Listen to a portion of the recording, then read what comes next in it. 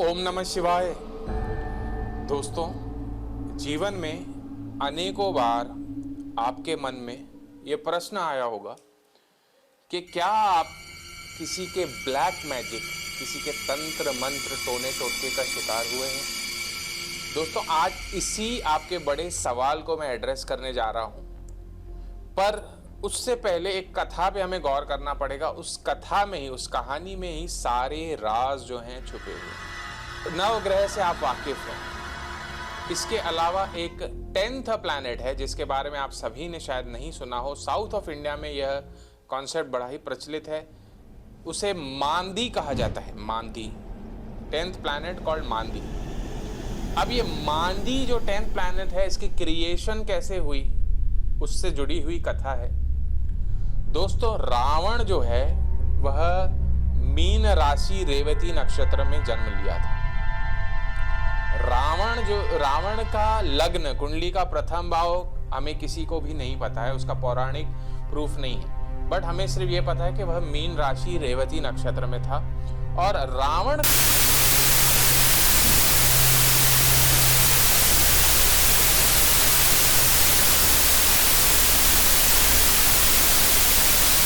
नक्षत्र हमें पता है जो कि था पूर्वा आषाढ़ नक्षत्र, जो सैजिटेरियस धनु राशि में आ जाता है। अब एस्ट्रोलॉजी के हिसाब से आप जानते हैं कि 11वां भाव जो है हमारे भाई बहनों को दर्शाता है। तो तीसरा भाव छोटे भाई बहनों को और 11वां भाव जो है बड़े भाई बहन को दर्शाता है। तो हम 11वें भाव को यानी इंद्रजीत मेघनाथ से जोड़ते हैं।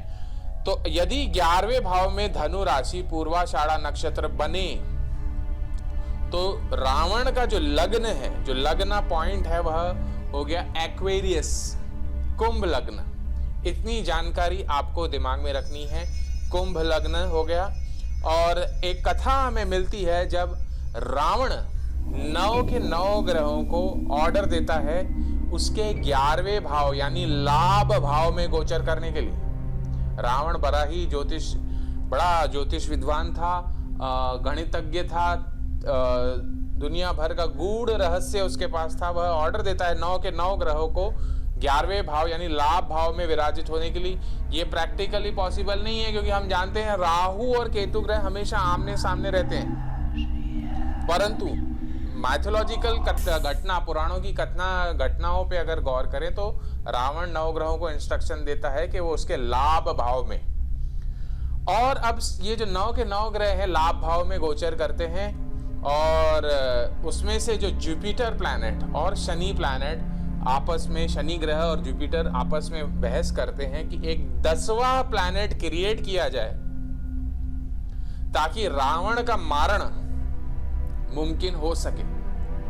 अब मारण का क्रिया करनी है, अगर किसी को मारना है तो 12th हाउस का, कुंडली में 12th हाउस का रोल बड़ा ही स्ट्रांग आ जाता है। आप सब जानते हैं 12th हाउस को मृत्यु से, 8वें भाव और 12वें भाव को मृत्यु से जोड़ के देखा जाता है। तो 12th हाउस का आ जाना बड़ा ही महत्वपूर्ण रोल प्ले करता है। तो हम एक नए प्लैनेट को क्रिएट करते हैं जिसका नाम है मांदी। अब जैसे मैंने आपको बताया रावण का लग्न हुआ कुंभ लग्न, तो 12वें भाव में आ जाएगी मकर राशि। अब मकर राशि में मुख्य नक्षत्र आ जाते हैं, उनका नाम है उत्तराषाढ़ा नक्षत्र और श्रवण नक्षत्र।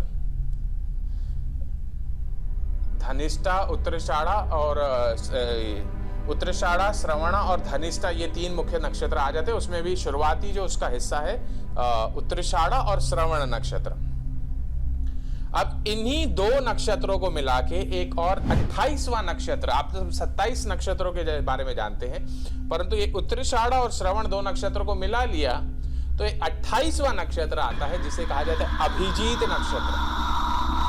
And this is the nakshatra which is the birth star of Maandi, the planet which is to do with occult energy, supernatural energy, tantric energy. Okay. और आप सभी जानते हैं कि इंद्रजीत मेघनाथ जो है बहुत बड़ा विद्वान था, तांत्रिक था, रावण से भी बड़ा ज्ञानी था। परंतु उसकी जो तांत्रिक शक्ति है, वही जो अकल्ट पावर है, वही उसके घात का कारण बनती है। वो जो आखिरी जो प्रेयर है, उसकी जो आखिरी जो पूजा है, वह अधूरे में रह जाती है। और वही उसके घात का कारण बनती है। और जो इंद्रजीत मेघनाथ था वह पूर्वाषाढ़ नाम के नक्षत्र में जन्म लिया था। According to DNA astrology that नक्षत्र has Mercury karmic registry and it is the Mercury is the planet for Atharvana Veda, the planet, the books of black magic, dark magic, everything. And Lakshman, Ram's brother Lakshman was born under Aslesha Nakshatra, which according to conventional astrology, the ruler of Aslesha Nakshatra is Mercury. Since Indrajit Meghnath has a Mercury karmic registry, Aslesha Nakshatra born Lakshman is the one who kills Indrajit Meghnath. Indrajit Meghnath को शिव से एक वर प्राप्त था कि 14 साल 14 years continuously जो व्यक्ति नहीं सोया हो वही उससे जो है उसका खात्मा कर सकता है। और ठीक ऐसा ही होता है, लक्ष्मण थ्रू आउट द वनवास वो अपनी जो नींद है, अपनी जो स्लीप है, वो अपनी वाइफ उर्मिला को ट्रांसफर करता है। ही praise to the Nidra Devi and transfers his sleep to Urmila, okay, does not sleep for 14 years and kills Indrajit Meghnath. अब आप ये समझ में आएगा कि अभिजीत नक्षत्र यानी उत्तराषाढ़ा और श्रवण नक्षत्र, it is the नक्षत्र where all the black magic, dark magic, white magic, everything is happening।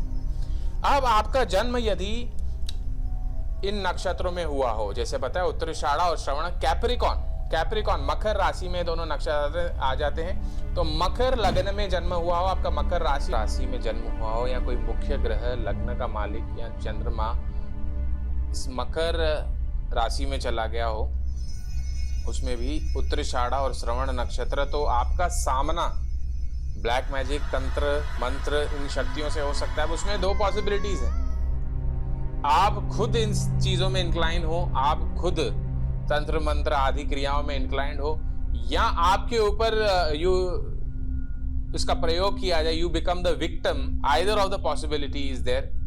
अब इसमें भी अगर कैटेगोरिकली हम बात करें तो उत्तराषाढ़ा नक्षत्र जो है, जैसे मैंने आपको बताया उत्तराषाढ़ा और श्रवण नक्षत्र दोनों मिला के अभिजीत नक्षत्र बनते हैं, जिसमें which is the birth star of Maandi. But according to DNA astrology, Uttarashada Nakshatra has Jupiter karmic registry and Shravan Nakshatra has Shukra karmic registry. Now Jupiter is the guru of the Devatas and Shukracharya is the guru of demons.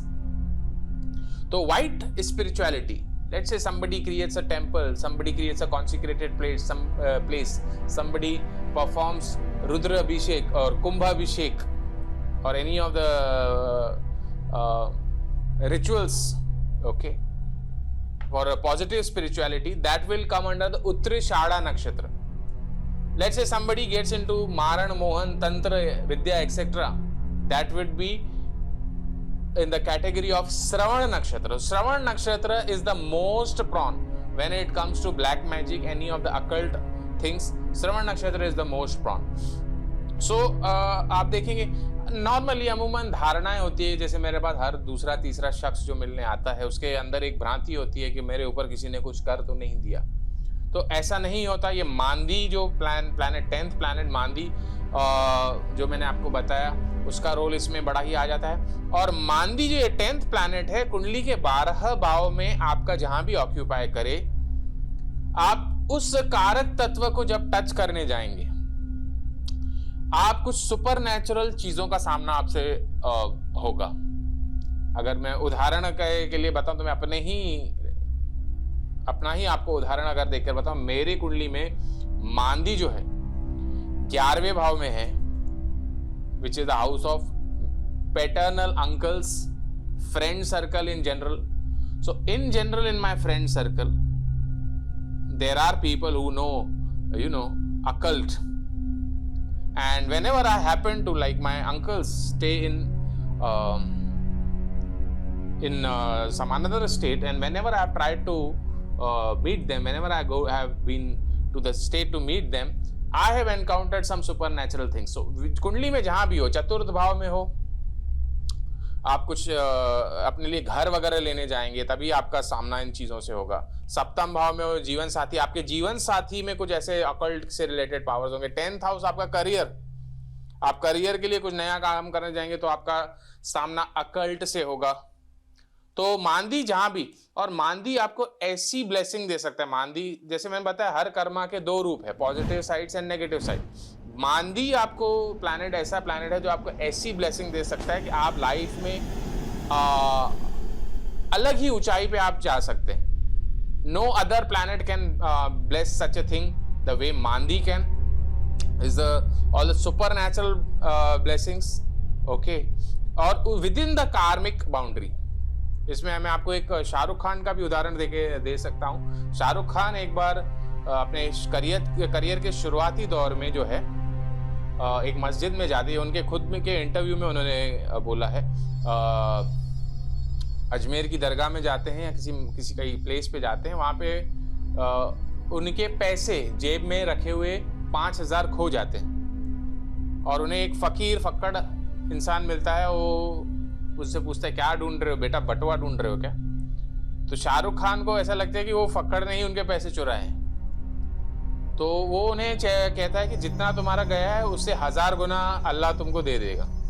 और that is the day and today is the day Shahrukh Khan जो है उसका जो career का जो graph है वह बढ़ता है। तो मांदी एक ऐसी ब्लेसिंग दे सकता है जो आपको दूसरा कोई प्लैनेट नहीं दे सकता, depending on whichever house your Maandi is. और अगर हम कुंडली के भावों की बात कर रहे हैं तो किसी के भी कुंडली में 1, 3, 6 and 8, जैसे प्रथम का मालिक, 3rd हाउस का मालिक, 6th हाउस का मालिक, 8th हाउस का मालिक, यदि इकट्ठे बैठे हैं, आपस में कोई परस्पर कंजंक्शन बनाए, कोई कनेक्शन बनाए, तो इंसान का सामना इस तरीके की चीजों में, occult, spirituality, knowing the higher truth of life, third eye activation, okay, इस तरह की चीजों का सामना।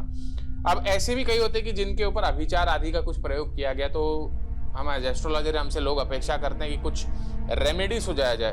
तो रेमेडी की अगर बात करें तो दुर्गा सप्तशती 700 श्लोक के ग्रंथ है, मार्कंडेय ऋषि ने इसे क्रिएट किया था। हर श्लोक अपने आप में एक महामंत्र है। उसमें भी जो है कीलक, कवच, अर्गला, ये आप जानते हैं।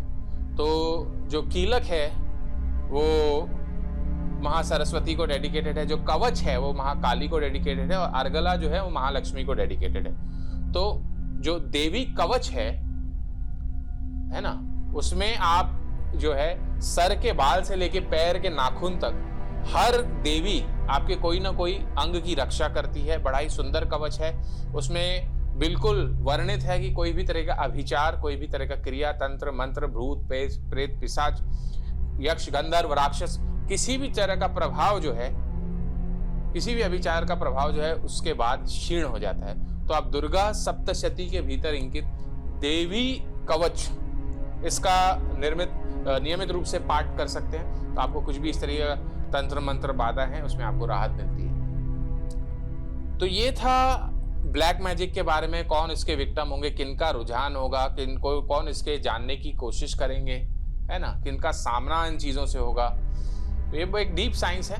यदि आप अपनी जन्म पत्रिका दिखाना चाहते हैं, अच्छे क्वालिटी के जेम स्टोन्स चाहते हैं, या पूजा पाठ आदि कोई शुभ मांगलिक कार्य करवाना चाहते हैं, या आत्मदर्शन नाम का ये किताब प्राप्त करना चाहते हैं जिसमें 108 हैंड रिटन पॉइंट्स आपके कुंडली को आधार में रख के डीएनए एस्ट्रोलॉजी के सिद्धांत, नक्षत्रों के सिद्धांत, आपके लिए lucky symbols, lucky gemstones, lucky temples, सब जीवन की महत्वपूर्ण जानकारी, भूत, भविष्य, वर्तमान, हैंड रिटन 108 पॉइंट्स यदि प्राप्त करना चाहते हैं तो संपर्क करें हमारे महर्षि एस्ट्रोलॉजिकल सेंटर में। मेरा नंबर है 9503596761।